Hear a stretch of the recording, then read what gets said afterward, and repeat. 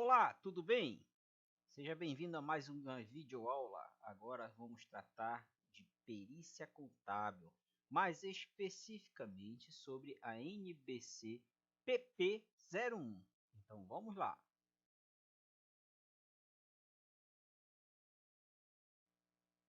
Bom, a norma ela inicia estabelecendo o seu objetivo. Então, ela tem por objetivo estabelecer critérios inerentes à atuação do contador na condição de perito contábil. Tá? Então, esse é o objetivo da norma.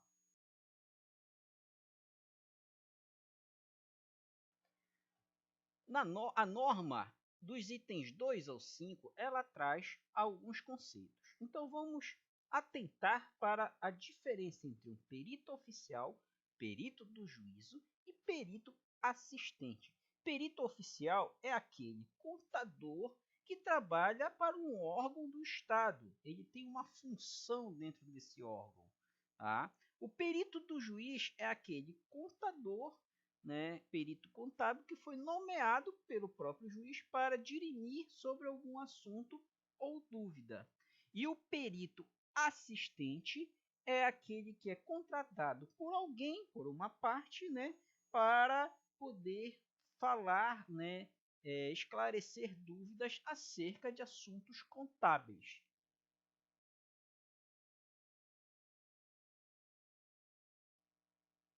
No alcance da norma, ela estabelece que o perito contábil ele está sujeito ao Código de Ética Profissional do Contador e também a NBC-PG 100 e a NBC-PG 200, que é aplicada aos contadores que prestam serviços externos.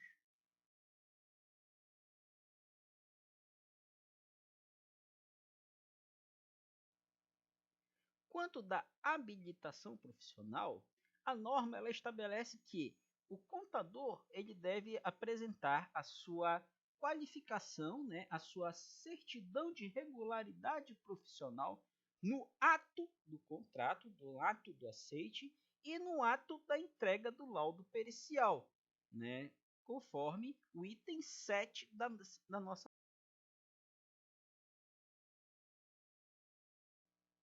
Os itens 9 a 12 da NBC-PP 01, eles tratam do impedimento e suspeição. Bom, bora tentar compreender o que é impedimento e o que é suspeição. Bom, o contador, ele tem que ter o quê? Ele tem que ser uma pessoa isenta, né, para emitir um laudo, para emitir um parecer acerca de assuntos contábeis. Ou seja, ele tem que ter isenção, ele tem que ser imparcial, né? E tem que existir a imparcialidade.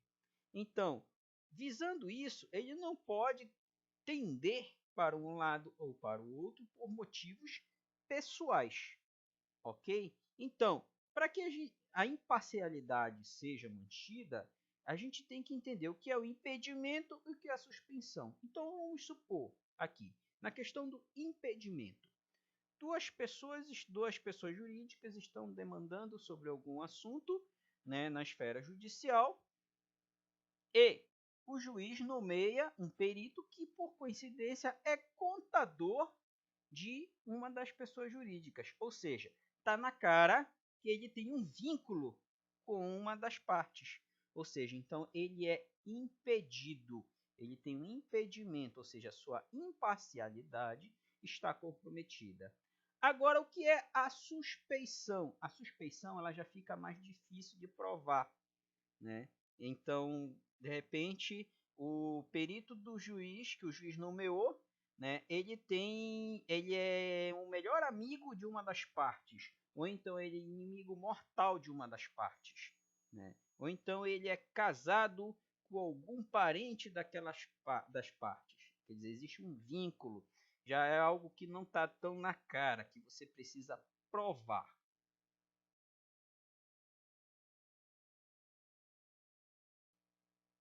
Visto isso, né, a norma ela estabelece que o impedimento está vinculado ao disposto no Código de Processo Civil e estabelece alguns casos de suspeição.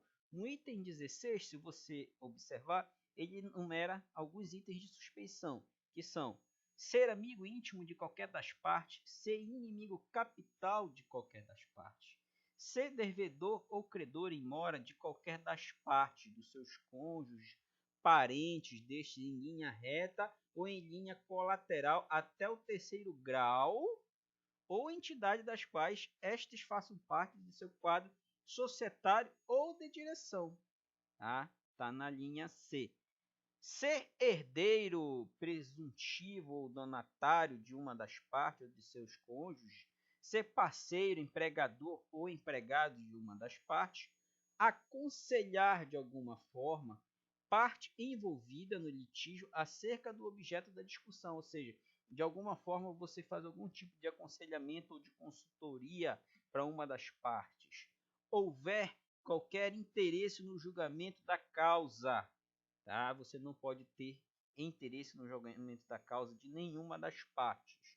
Então, esses são alguns critérios que estabelecem um motivo de suspeição.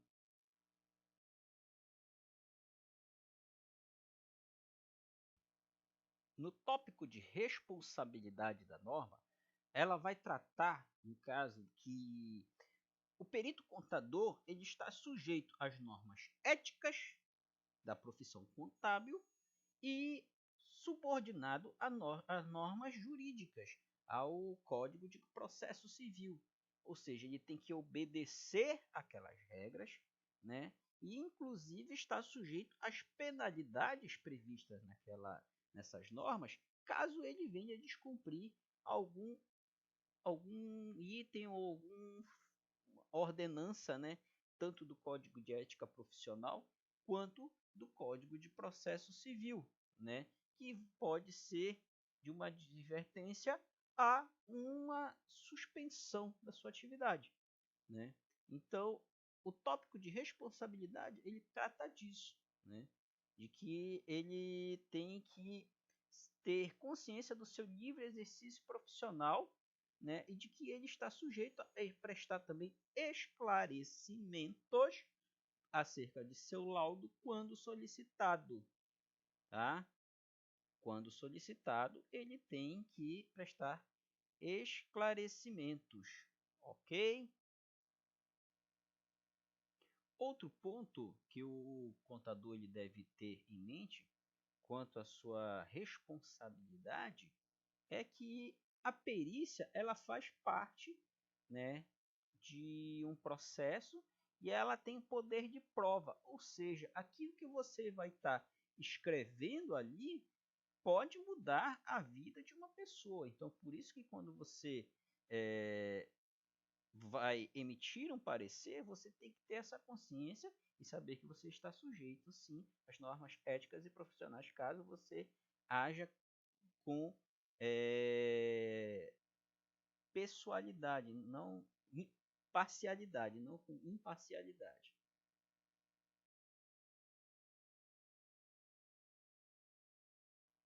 No tópico que trata sobre o zelo profissional, ele vai tratar, ele vai estipular, né, quanto ao zelo que o perito contador deve ter em relação ao desenvolvimento do seu trabalho.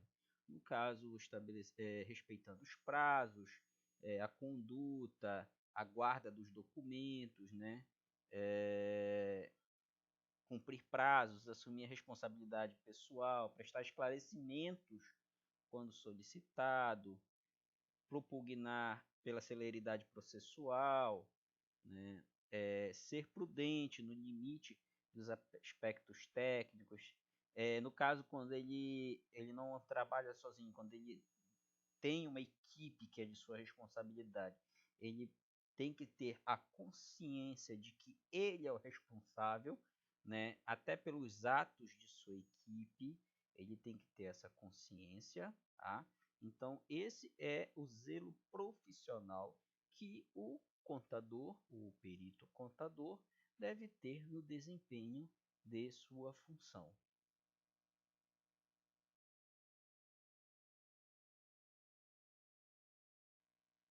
Dentro do zelo profissional, trata também até do modo cordial como o perito tem que tratar os peritos assistentes, né, e as partes envolvidas. Tá? Então, também faz parte do zelo profissional o trato com as pessoas.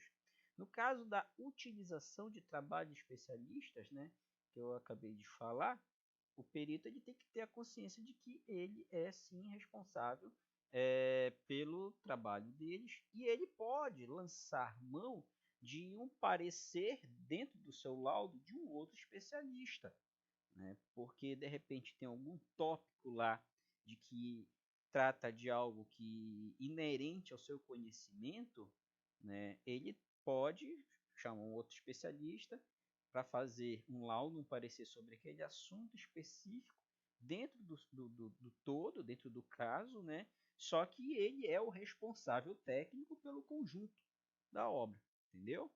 Então ele é o responsável técnico, por mais que tenha a participação também de um outro especialista na área.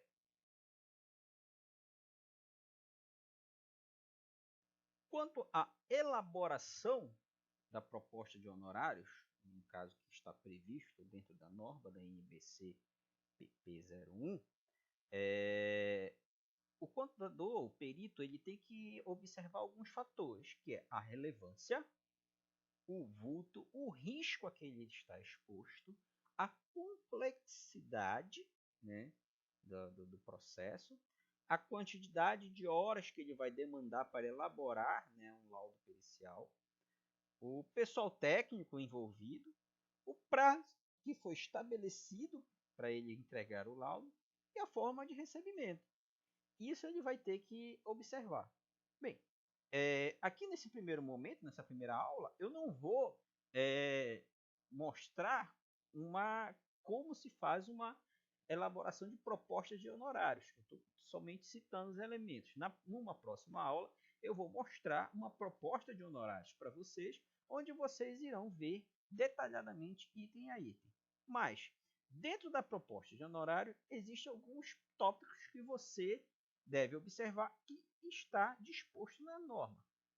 Então, você tem que considerar na sua quantidade de horas trabalhadas o tempo que você vai levar para fazer a retirada e entrega do processo. No caso, hoje, muitos processos são eletrônicos, mas mesmo assim você vai demandar um tempo para ir lá, acessar o processo, né, dentro da plataforma do PJE, né, acessar o processo, né, baixar, fazer o seu download, né, e depois fazer a leitura desse processo. Você vai demandar um tempo para fazer a leitura. Só que não só a leitura, mas a interpretação do processo. Eu costumo dizer o seguinte, que quando você lê o processo uma vez, você tem um entendimento. Quando você lê a segunda vez, você já não tem mais certeza do seu entendimento. Na terceira vez, você já pode mudar todo o entendimento que você teve inicialmente, porque isso faz parte da interpretação. Tá? Eu costumo dizer isso. Então, a elaboração de termos de diligência, você vai ter que considerar isso na sua proposta. A realização da diligência, quer dizer, além do tempo para elaborar os termos, o tempo que você vai ter para fazer as diligências, né? A pesquisa que você vai ter que fazer, documental, de livros, fiscais, societários, entrevistas, quando for o caso, né? A elaboração de planilhas de cálculo, porque geralmente você vai ter que calcular, mostrar em gráficos, né? Fazer simulações, análise, então você tem que montar uma planilha, tá? E, por fim, a elaboração do cálculo do laudo pericial também. Você vai ter que considerar o tempo na sua proposta de honorário para você elaborar esse laudo, né? E aí, você vai ter reuniões com peritos assistentes, você com certeza talvez não tenha como saber exato, mas você pode estimar. Você vai ter que fazer uma revisão final do seu laudo, né, para corrigir possíveis erros de gramática, de concordância, de digitação, enfim, para que não haja nenhum nenhuma controvérsia, né? Considerar possivelmente despesas com viagens, hospedagem, transporte, alimentação, quando de repente você vai fazer uma diligência e você tem que ir para outro estado, isso pode acontecer, né? E outros trabalhos ou despesas supervenientes que possam vir, né, a surgir, que você vai analisar na hora da elaboração da sua proposta comercial, conforme está na norma.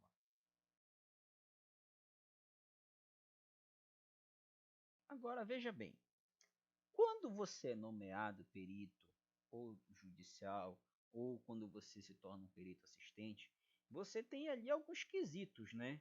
Que você vai responder, são as dúvidas, né, que o juiz tem, então ou as partes têm. Então você vai ter aí no caso os quesitos que você vai ter que responder. E caso você tenha que prestar esclarecimentos, né, acerca das suas respostas, você tem que, no caso, ir lá perante o juiz e prestar esclarecimento perante as partes também. Ok, só que a norma ela coloca algo bem interessante, que o perito na elaboração da sua proposta ele deve ressaltar, né, que ela não contempla os honorários relativos a quesitos suplementares, ou seja, tu fostes nomeado, você aceitou, você elaborou a sua proposta. Lá na sua proposta você vai dizer, olha, eu estou fazendo essa análise, essa proposta de análise, considerando os quesitos que me foram apresentados. Se porventura no decorrer do processo aparecerem novos quesitos, eu terei que refazer a proposta, rever os honorários, né, para responder esses quesitos suplementares. Isso que é bacana, que a nossa norma ela prevê isso, né? A norma do Conselho de Contabilidade. Sendo que o juiz ou as partes podem sim solicitar quesitos suplementares conforme o Código de Processo Civil determina.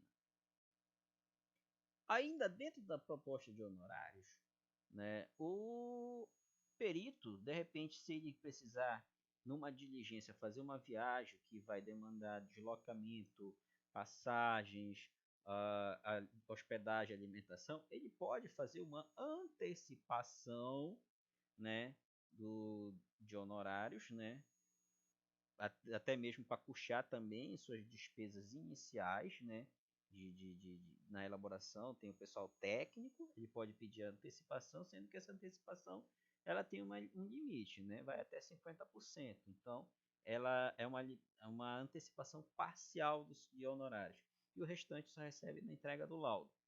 Tá, mas vamos supor que no decorrer do processo de elaboração do laudo, da perícia, o perito ele não tinha posto nas suas propostas de honorário despesas de deslocamento, uma hospedagem, uma passagem, uma alimentação, enfim.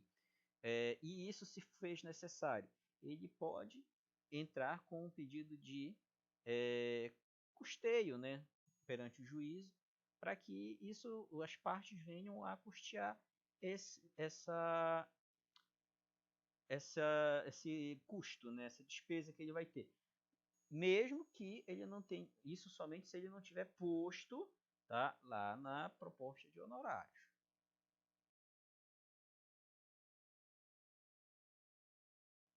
Bom, então essa foi a nossa videoaula sobre a NBC PP01, tá? Disso tudo que eu falei, eu acho que aquilo que mais cai em questões de concurso, de prova, é justamente essa questão da suspeição, né, ou do impedimento, né? O entendimento da diferença entre um e outro. Eu acho que isso, dentro dessa norma toda, ela é uma norma bem simples, é o que mais pode causar dúvidas e gerar enganos, né? Gerar erros, né? Dentro de uma prova, né, de concurso. Suspeição e impedimento. Então, muito atento para isso. No mais, muito obrigado e fiquem com Deus. Até logo.